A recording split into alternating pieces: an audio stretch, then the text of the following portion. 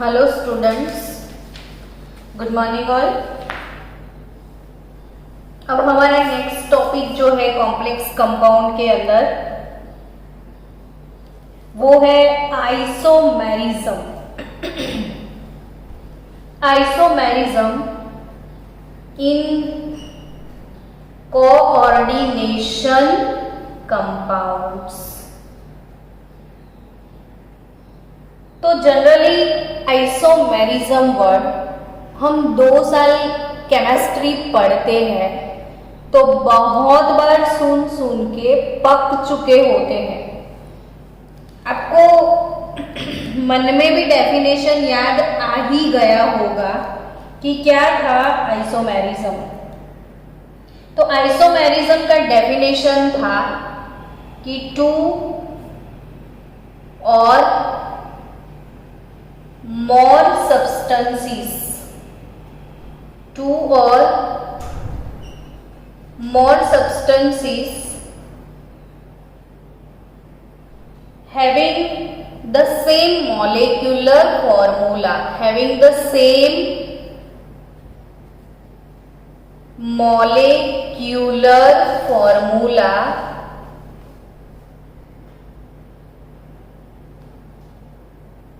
but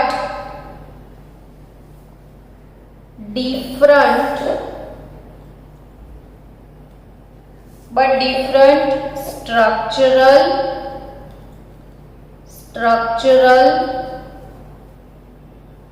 और spatial arrangement are called isomers and phenomena is called isomerism। Greek word है ये isomerism, जिसमें iso का मतलब होता है इक्वल। आइसो का क्या मतलब होता है? इक्वल। और मेरोस का मतलब होता है पार्ट्स, यानी 2 फॉर्मूला या मोर देन 2 फॉर्मूला ऐसे जिसमें इक्वल पार्ट्स होते हैं। तो यहाँ पे आइसोमेरिज्म का मतलब क्या होता है कि 2 और more substance having the same molecular formula but different physical and chemical properties. तो उनकी प्रॉपर्टीज डिफरेंट क्यों होती है? क्योंकि उनके स्ट्रक्चर डिफरेंट होंगे या तो स्पेशियल अरेंजमेंट डिफरेंट होता है। स्पेशियल अरेंजमेंट यानी क्या? तो आपको पता है कि जैसे ज्योमेट्रिकल आइसोमेरिज्म आप पढ़ चुके हो।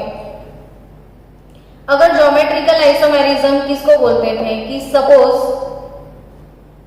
यहां पे लिगेंड ए और ए, बी और बी, ऐसा एक फॉर्मूला है और दूसरा फॉर्मूला ऐसा है कि ये जो स्पेस के अंदर लिगेंड की अरेंजमेंट है वो चेंज हो जाती है। यानी यहाँ पे A versus A, B versus B. देखो पहले ए एक साइड थे, सेम साइड पे थे दोनों, तो ये सीस ज्योमेट्रिकल आइसोमेर इसको बोलते हैं।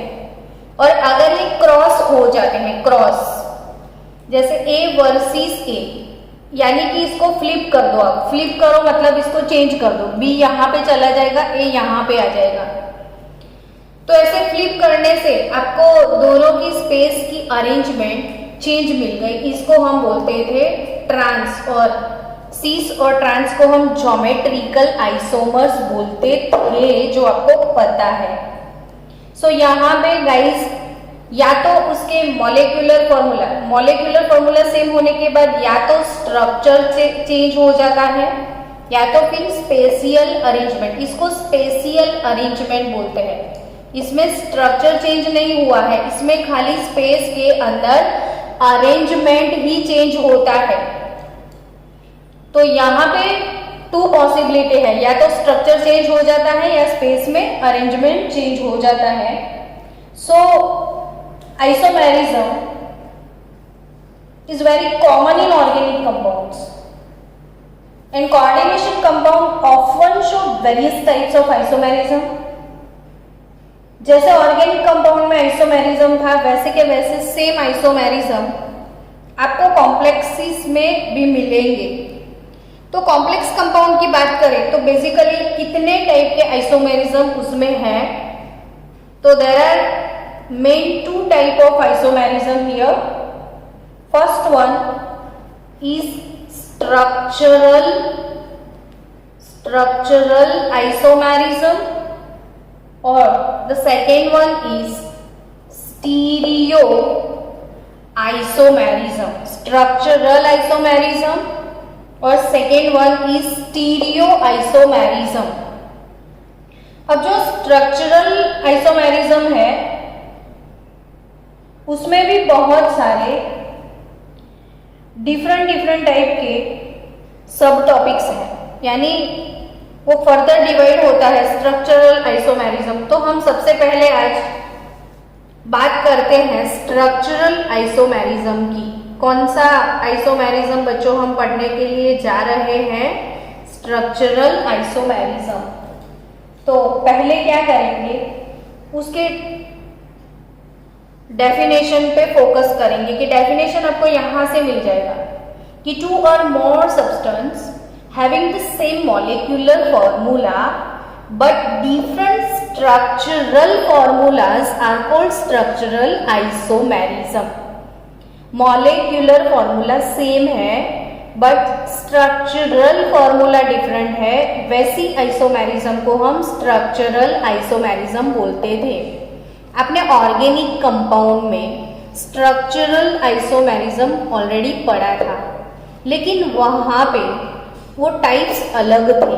उसमें आपको याद अगर आ रहा है ना, तो फर्स्ट हमने पढ़ा था चेन आइसोमेरिज्म, चेन के बाद फंक्शनल ग्रुप आइसोमेरिज्म, उसके बाद पोजीशन आइसोमेरिज्म, फिर उसमें पढ़ा था मेटामेरिज्म और उसके बाद हम पढ़े थे टोटोमेरिज्म।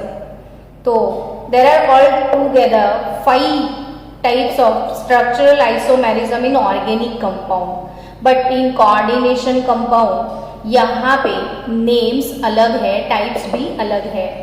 तो यहाँ पे structural isomerism में सबसे पहला isomerism आज हम पढ़ेंगे ionization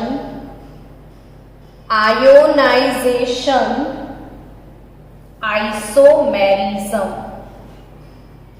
ionization isomerism first time सुना ना बच्चों आपने आयोनाइजेशन। तो आई थिंक बहुत सारी चीजें केमिस्ट्री में ऐसी हैं जो खाली आप नाम भी डिटेल में सोचो ना तो आपको पता चल जाए। आयोनाइजेशन को डिटेल में ध्यान से मतलब सोचो थोड़ी देर, तो ऐसा मतलब राउंड अबाउट समझ में आ जाता है कि आयंस के बारे में ही कुछ होगा। तो आयंस के बारे में ही है इसमें। तो आयंस के बारे में क्या है, तो यहाँ पे स्ट्रक्चरल फॉर्मूला सेम होंगे लेकिन वो डिफरेंट आयंस में डिवाइड होंगे, डिफरेंट आयंस प्रोड्यूस करते हैं। तो आयोनाइजेशन अभी भी क्लियर नहीं हुआ तो एग्जाम्पल से क्लियर हो जाएगा। तो उसका डेफिनेशन पढ़ते हैं सबसे पहले। तो कंपाउंड्स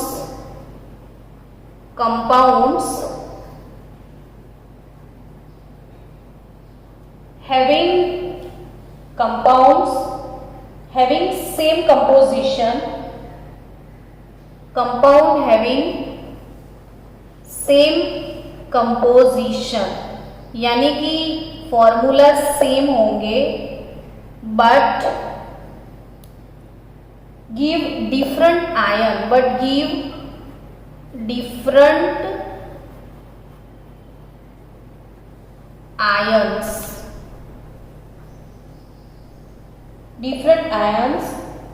इन सॉल्यूशन,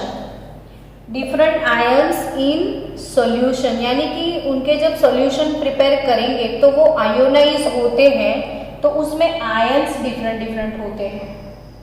अब उसका एग्जाम्पल हम क्लियर करते हैं। फॉर एग्जाम्पल आपको बोर्ड की प्रिपरेशन करनी है ना, तो एग्जाम्पल भी अच्छे से लर्न करने ही पड़ेंगे, यानी कि पूरा ये फॉर्मूला आपको बाय हार्ट करना है। जैसे CONH3 5 Br और ये हो गया बाहर सल्फेट। अब इसका IUPAC नेम भी साथ साथ में पढ़ेंगे तो कि अपना IUPAC नेम भी प्रिपेयर हो जाए। यहाँ पे लिगेंड है ब्रोमाइडो और यहाँ पे अमाइन। तो according to alphabetical order amine सबसे पहले आता है, तो यह है penta amine bromido cobalt 2 sulphate. Penta amine bromido cobalt 2 sulphate. यहाँ पे कोबाल्ट 3 सल्फेट, कोबाल्ट का ऑक्सीडेशन स्टेट 3 निकलेगा Br- और SO4- 2 की वजह से। चलो अब ये वाले कंपाउंड को पानी में आयोनाइज करोगे ना तो आपको कौन से आयन मिलेंगे, तो CONH3 Br पूरा कॉम्प्लेक्स एज अ कैटायन मिलेगा और यहाँ पे सल्फेट एज अ एनायन मिलेगा आपको। तो as a complex compound cation as a complex compound और एनायन एज अ सल्फेट। और ये वाले कंपाउंड का जो सॉल्यूशन बनाओगे ना बच्चों आप, तो यहाँ एक एडिशनल बात आपको रिवाइज करवा दूँ जो कि आपको याद रखना है। स्मार्ट बच्चे हो और वो भी आप मेरे स्टूडेंट हो तो आपको ये समझ में आना चाहिए कि यहाँ पे नेगेटिव आयन जो है सल्फेट है। अब सल्फेट को आइडेंटिफाई कैसे किया जाए, आपको ट्रस्ट नहीं है मुझ पे कि भाई मैडम सल्फेट आया हमको कैसे पता चलेगा, तो मैं आपको लैब में जाके टेस्ट करवा दूंगी। अब लैब में कैसे टेस्ट किया जाता है, तो ये वाले कॉम्प्लेक्स को आपने पानी में डिसॉल्व कर लिया, वो आयोनाइज हो गया, तो यहाँ पे फ्री सल्फेट अवेलेबल है। अब फ्री सल्फेट अवेलेबल है तो सल्फेट प्रेजेंट है या एब्सेंट है वो कैसे चेक करोगे, तो उसके लिए आपको इसके सॉल्यूशन में बेरियम क्लोराइड डालना होता है। यानी यहाँ से आप ये सीखना बच्चों कि सल्फेट का जो कन्फॉर्मेटिव टेस्ट है वो किसके साथ होता है, बेरियम क्लोराइड के साथ। और बेरियम क्लोराइड डालने के बाद अगर बेरियम सल्फेट के वाइट प्रेसिपिटेट मिलते हैं, तो यहाँ पे बेरियम सल्फेट के वाइट पीपीटीज मिलते हैं तो कंफर्म हो जाता है वाइट प्रेसिपिटेट। अगर सॉल्यूशन में बेरियम क्लोराइड डालने के बाद वाइट प्रेसिपिटेट आते हैं तो वो बेरियम सल्फेट के हैं और उसके हिसाब से पता चल जाता है कि इसमें नेगेटिव आयन सल्फेट है। नेगेटिव आयन कौन सा है, सल्फेट यहाँ पे है। तो स्टूडेंट्स अब इसका कंपोजिशन सेम होने के बाद अगर वो कॉम्प्लेक्स मतलब इसका आइसोमर कैसा होगा वो सोचो। तो आइसोमर बनाते हैं, चलो आइसोमर इसका होगा CONH3 सल्फेट अंदर Br बाहर। डिफरेंस आपको नजर आया। अब सल्फेट अंदर है, ब्रोमाइड बाहर है, तो ये वाला जो कॉम्प्लेक्स कंपाउंड है ये एक्चुअली रेड कलर का कंपाउंड है। ये इसका कलर कैसा है बच्चों, रेड कलर का कॉम्प्लेक्स है। जबकि ये वाला जो कंपाउंड है ना रेड वायोलेट है, रेड वायोलेट। तो यहाँ पे देखो स्ट्रक्चर बदलने की वजह से कलर भी चेंज हो गया। यहाँ पे सल्फेट एज अ लिगेंड है, यहाँ पे नहीं, यहाँ पे ब्रोमीन एज अ लिगेंड है, यहाँ पे सल्फेट एज अ लिगेंड है। और आपको पता है कि लिगेंड की वजह से वो डी ऑर्बिटल में स्प्लिटिंग होता है और डी ऑर्बिटल का स्प्लिटिंग चेंज होगा तो कलर भी चेंज हो जाएगा। तो यहाँ पे ये भी आपको याद रखना है कि ये वाला जो कंपाउंड है रेड वायोलेट कलर का है और ये रेड कलर का कॉम्प्लेक्स है। और जिसको आप पानी में आयोनाइज करोगे ना तो आपको कौन से दो आयंस मिलने वाले हैं, तो CONH3 ये कॉम्प्लेक्स नेगेटिव और ब्रोमीन एज अ पॉजिटिव। देखो रेडिकली चेंज हो गए। तो यहाँ पे पॉजिटिव नेगेटिव आयन डिफरेंट है यहाँ पे, यानी कि आयंस डिफरेंट होते हैं तो वो आयोनाइजेशन आइसोमेरिज्म। आई होप कि आपको अच्छे से समझ में आया होगा कि व्हाट इज आयोनाइजेशन आइसोमेरिज्म। तो compounds having same composition but give different ions in solution is called ionisation isomerism. और यहाँ पे ब्रोमीन को आइडेंटिफाई कैसे करोगे, तो ब्रोमीन का कंफर्मेटिव टेस्ट आप कैसे करोगे वो भी सीख लो। तो सॉल्यूशन में कभी भी हैलोजन को आइडेंटिफाई करना है, हैलोजन को, तो आपको डालना है सिल्वर नाइट्रेट AgNO3, और अगर क्लोरीन होता ना तो AgCl के आपको व्हाइट कलर के प्रेसिपिटेट मिलते, और ब्रोमीन होता है ना तो AgBr के प्रेसिपिटेट आते हैं, और आयोडीन होगा तो AgI के प्रेसिपिटेट आएंगे। सो यहाँ पे ड्यू टू ब्रोमाइड AgBr के लाइट येलो कलर के प्रेसिपिटेट मिलेंगे आपको, और उससे पता चलेगा कि इसमें नेगेटिव आयन जो है, नेगेटिव ये पॉजिटिव है, ये नेगेटिव आयन जो है वो है ब्रोमाइड। तो I think ionisation isomerism clear cut हो गया कि आयंस डिफरेंट होते हैं। Some more example for it अब नोटबुक में भी लिखना। Platinum, टेट्राअमाइन Na3/4 OH twice SO4, और उसका दूसरा आइसोमर है प्लेटिनम NH3/4 SO4 और OH ट्वाइस। समझ में आया? अब यहाँ पे ये जो पॉजिटिव रेडिकल है कॉम्प्लेक्स और ये नेगेटिव है, यहाँ पे ये कॉम्प्लेक्स पॉजिटिव और नेगेटिव हाइड्रोक्साइड है, इसमें नेगेटिव आयन सल्फेट आयन है, इसमें नेगेटिव आयन हाइड्रोक्साइड आयन है जो कि सेपरेट होते हैं। तो ये भी एक आयोनाइजेशन आइसोमेरिज्म का एग्जाम्पल है। तीसरा एग्जाम्पल आप देख लो, तो प्लेटिनम Na3/4 Cl2 Br2 और प्लेटिनम Na3/4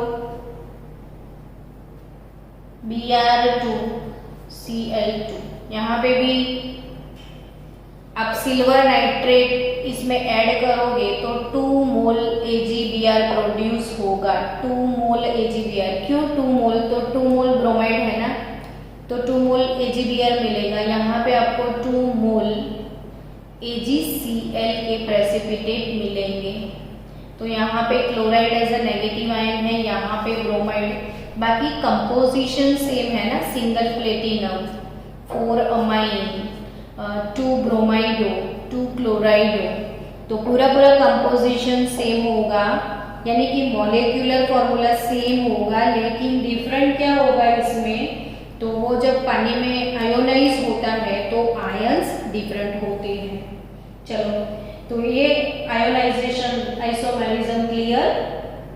अब नेक्स्ट आइसोमेरिज्म है, इसमें लिंकेज आइसोमेरिज्म पढ़ते हैं। कौन सा आइसोमेरिज्म पढ़ेंगे हम? Linkage isomerism. तो लिंकेज आइसोमेरिज्म में भी आपको क्लियर कट सिर्फ वर्ड से ही पता चल जाएगा। लिंकेज आइसोमेरिज्म, सोचो, लिंकेज लिंकेज लिंकेज ऐसा कभी सुना था आपने? याद आ रहा है लिंकेज के बारे में सुना है ऐसा कुछ? तो यस, ऐसे एम्बाइडेंटेड लिगेंड याद करो, एम्बाइडेंटेड लिगेंड। तो एम्बाइडेंटेड लिगेंड की मैं बात करूं ना तो SCN- थायोसाइनेटो लिगेंड। और जो ये थायोसाइनेटो लिगेंड है उसके पास डबल कोऑर्डिनेशन साइट है, डबल कोऑर्डिनेशन साइट। और डबल कोऑर्डिनेशन साइट कौन सी? तो थायोसाइनेटो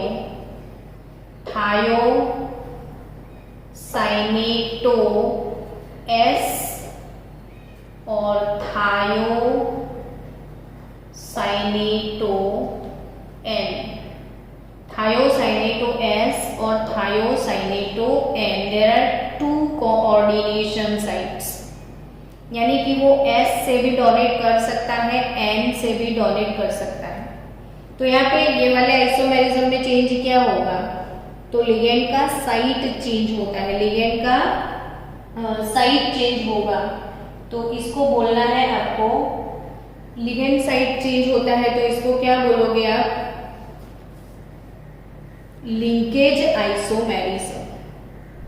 अब इसका कोई एग्जाम्पल लेते हैं, चलो CrH2O5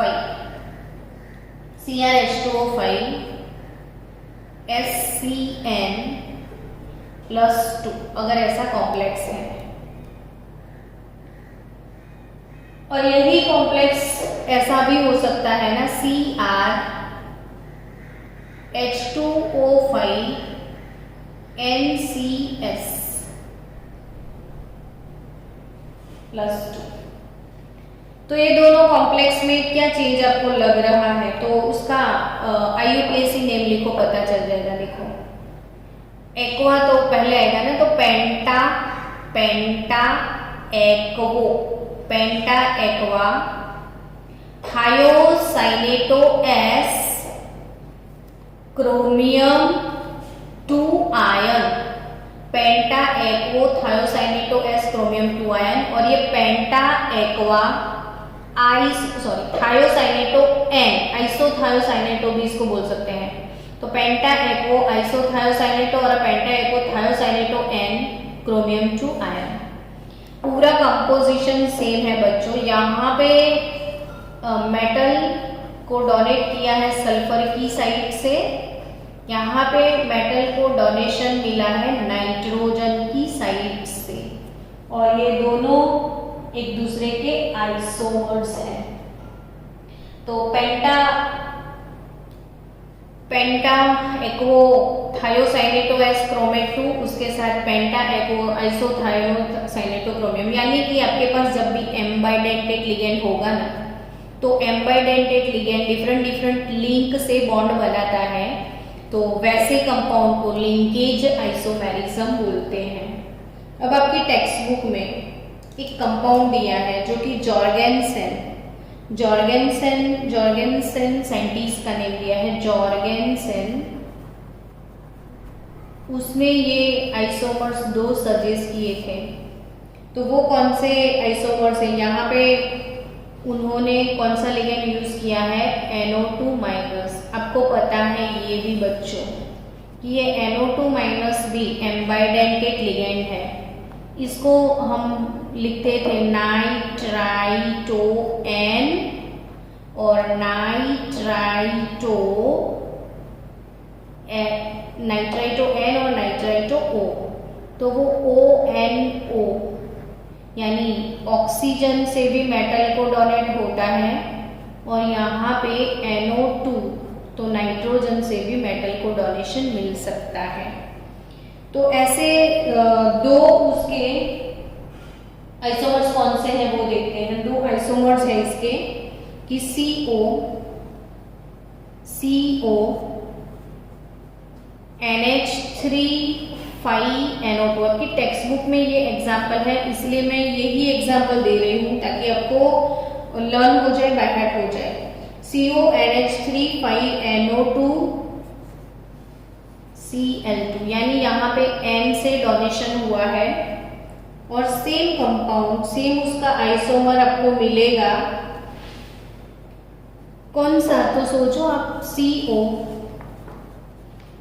NH3 तो है, लेकिन ये ONO डोनेशन होगा, और Cl2।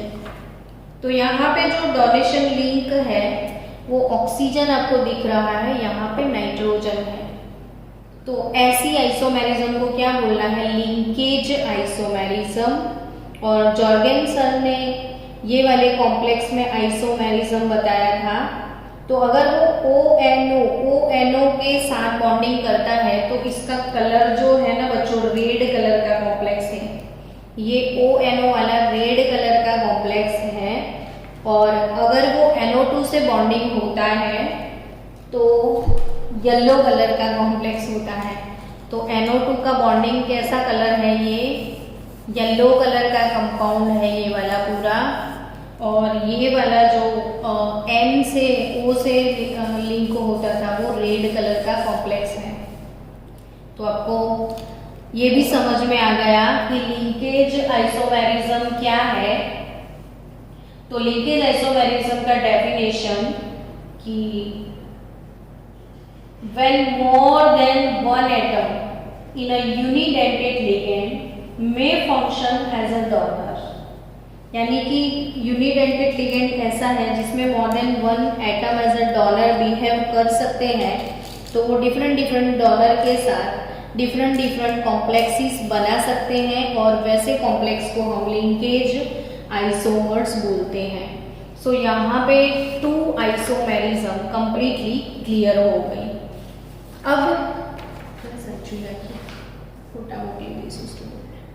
अब सेकेंड थर्ड आइसोमेरिज्म, फर्स्ट हो गया ना, फर्स्ट आपको याद है कि भूल गए, आयोनाइजेशन था।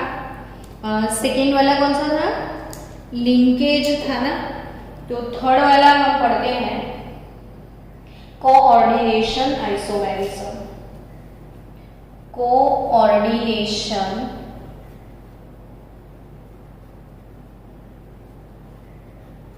आइसोमेरिज्म। कोऑर्डिनेशन स्फीयर क्या होता है पता है? तो कॉम्प्लेक्स कंपाउंड को हम एक स्क्वायर ब्रैकेट में लिखते हैं, और जो वो स्क्वायर ब्रैकेट है ना उसको हम कोऑर्डिनेशन स्फीयर बोलते हैं। तो कोऑर्डिनेशन स्फीयर के अंदर कुछ चेंज होता है तो वो कोऑर्डिनेशन आइसोमेरिज्म होगा। फॉर एग्जाम्पल से ज्यादा क्लियर होता है। CO NH3 कोबाल्ट NH3 और उसके बाद CrCN6। वाओ, कुछ नोटिस किया आपने कि ये जो कॉम्प्लेक्स है ना इसमें कैटायन भी कॉम्प्लेक्स, एनायन भी कॉम्प्लेक्स। तो यहां से ये ट्रिक आप याद रख सकते हो कि कोऑर्डिनेशन आइसोमेरिज्म जनरली कैसे कंपाउंड्स में होगा। तो वो ऐसे कंपाउंड्स में होगा जिनके अंदर कॉम्प्लेक्सेस जो है दोनों कैटायन और एनायन दोनों कॉम्प्लेक्स होंगे, दोनों कैटायन भी कॉम्प्लेक्स, एनायन भी कॉम्प्लेक्स। चलो इसका नेम लिखते हैं ताकि आपको नेम प्रिपेयर हो जाए। तो इसका नाम क्या होगा, हेक्सा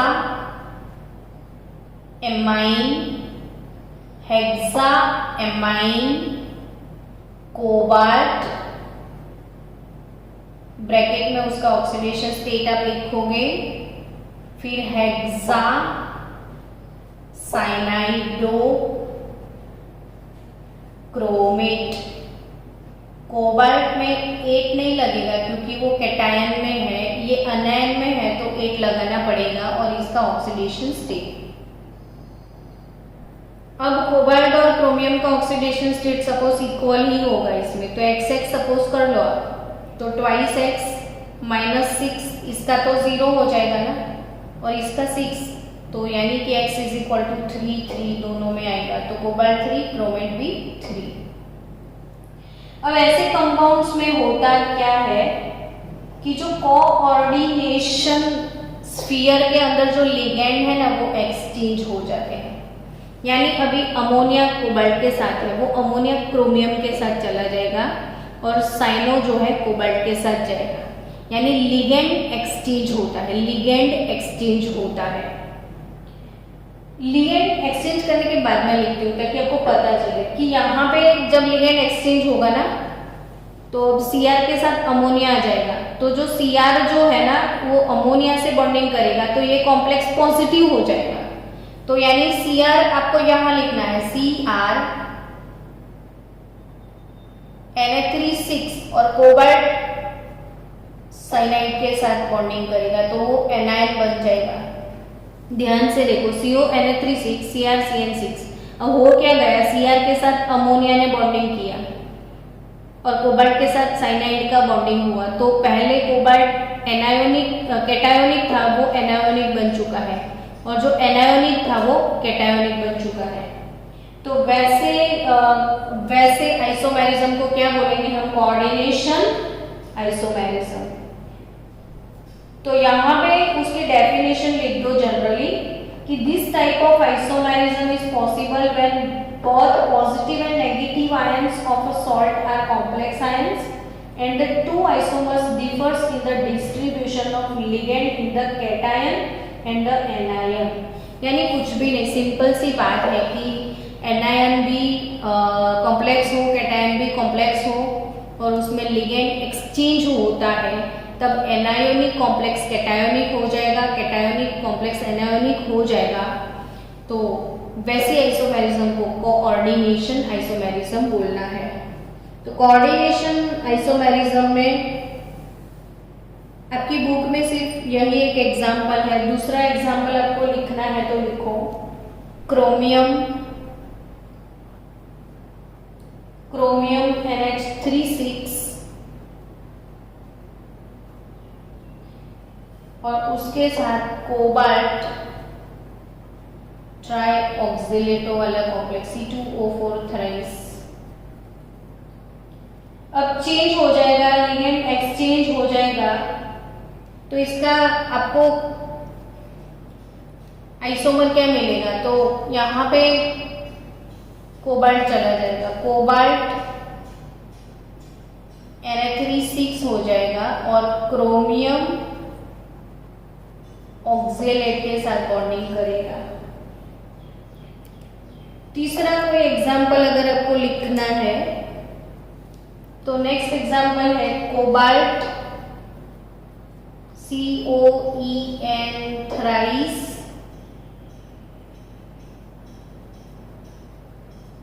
CrCN6 और इसका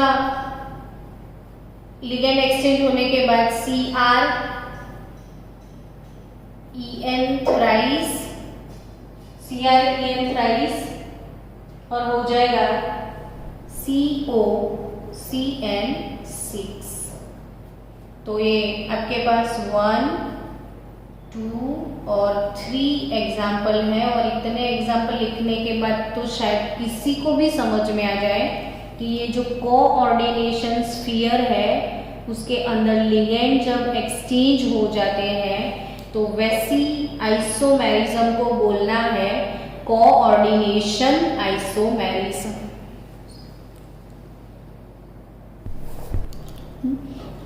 यहाँ पे और एक चीज जो कि आपके टेक्स्ट बुक में नहीं है, जस्ट फॉर योर नॉलेज और कहीं अगर आपको काम में आ सकता है, कि एक बहुत अच्छा एग्जाम्पल मैं दे रही हूँ कि specific type of coordination isomerism is called position isomerism which is observed in cyclic complex compound.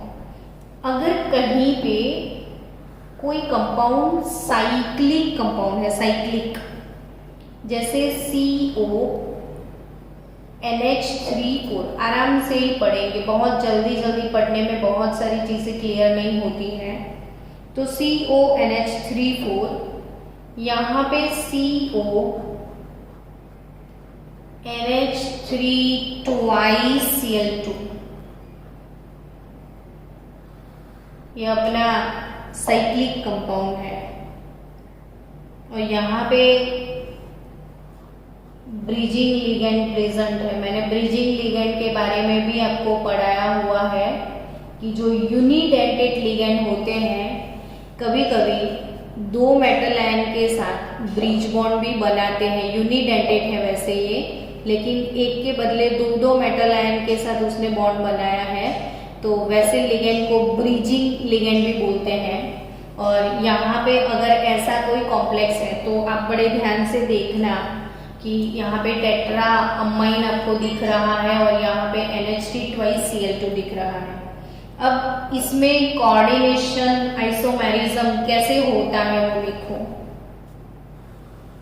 तो कोऑर्डिनेशन आइसोमेरिज्म की बात करें तो लिगेंड एक्सचेंज होने वाला है, बाकी कुछ भी नहीं बदलेगा। यहाँ पे लिगेंड जस्ट एक्सचेंज होगा। मैंने ऐसे कंपाउंड के IUPAC नेम्स कैसे लिखते हैं वो भी एक वीडियो में सिखाया हुआ है कि टेट्रा अमाइन कोबाल्ट म्यू डाइहाइड्रोक्साइडो या म्यू डाइहाइड्रोक्सो, दोनों डाइहाइड्रोक्सो है। उसके बाद डाइक्लोराइडो डाई अमाइन कोबाल्ट। तो यहाँ पे एक्सचेंज कैसे हुआ लिगेंड, तो एक क्लोरीन जो है, एक क्लोरीन यहाँ से यहाँ जाने वाला है, तो एक क्लोरीन इधर जाता है तो Cl और NH3 थ्राइस हो गया। टोटल तो 4 हो गए, यहाँ पे भी 4 है, यहाँ पे भी 4 है, लेकिन एक क्लोरीन उधर जाता है तो यहाँ पे बचेगा क्या, तो CONH3 थ्राइस Cl, क्योंकि यहाँ से एक अमाइन इधर आ जाएगा। तो लिगेंड एक्सचेंज हुआ और ये स्पेसिफिक टाइप का कोऑर्डिनेशन आइसोमेरिज्म है जिसको पोजीशन आइसोमेरिज्म भी बोलते हैं। इसको क्या बोलते हैं बच्चों, पोजीशन आइसोमेरिज्म। तो ये है पोजीशन आइसोमेरिज्म। और भी एक दो एग्जाम्पल है मुझे आपको सिखाने की इच्छा है। ये लिख दो आप, ये स्पेसिफिक टाइप का अगर ऐसा ब्रिजिंग लिगेंड वाला कॉम्प्लेक्स होगा और लिगेंड एक्सचेंज होता है तो इसको हम पोजीशन आइसोमेरिज्म भी बोलते हैं, लेकिन है ये कोऑर्डिनेशन। तो specific type of coordination isomerism is called position isomerism. और उसका और भी एक एग्जाम्पल लेना है हमको कि जैसे हमारे पास प्लेटिनम NH3 प्लेटिनम NH3 और प्लेटिनम ही है, यहाँ पे मेटल चेंज नहीं हुआ है। प्लेटिनम Cl6 एक कॉम्प्लेक्स है। अब ध्यान से देखना, प्लेटिनम NH3 वाला जो कंपाउंड है, यहाँ पे प्लेटिनम का ऑक्सीडेशन स्टेट 2 है और यहाँ पे प्लेटिनम का जो ऑक्सीडेशन स्टेट है वो 4 है, 4। क्लियर, ये 2 और ये 4 है ना।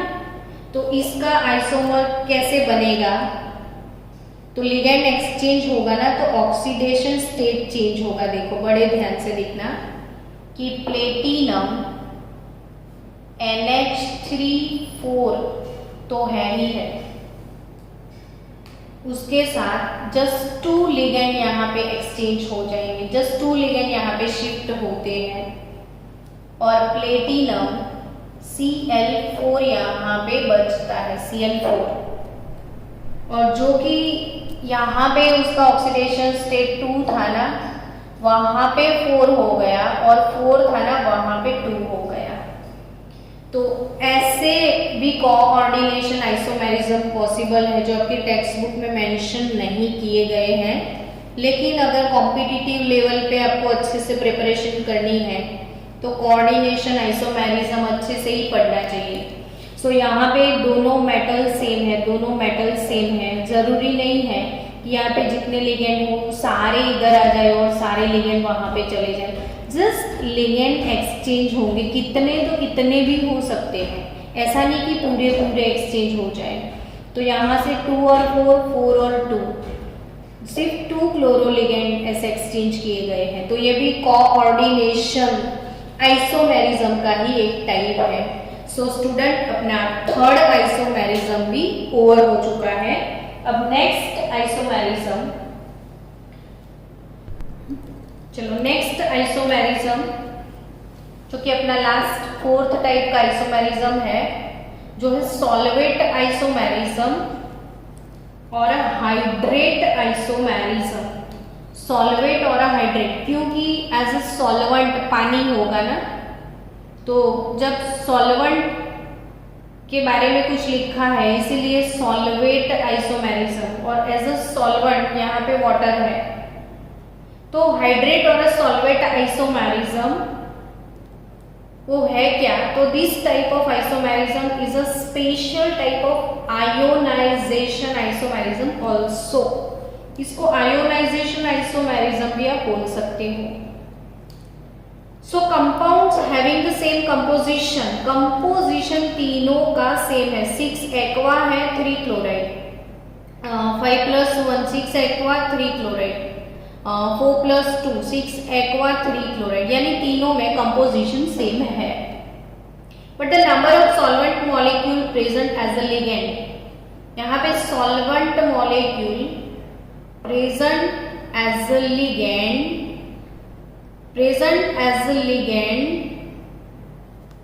That is the coordination sphere, यानी कि जो कोऑर्डिनेशन स्फीयर के अंदर है वो, and as a free solvent molecule in the crystal lattice, यानी बाहर जो है ये फ्री है, ये दोनों।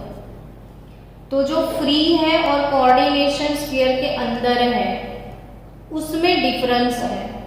कंपोजिशन सेम है बट सॉल्वेंट लिगेंड जो है उसका नंबर चेंज होता है inside the coordination sphere as well as outside the coordination sphere.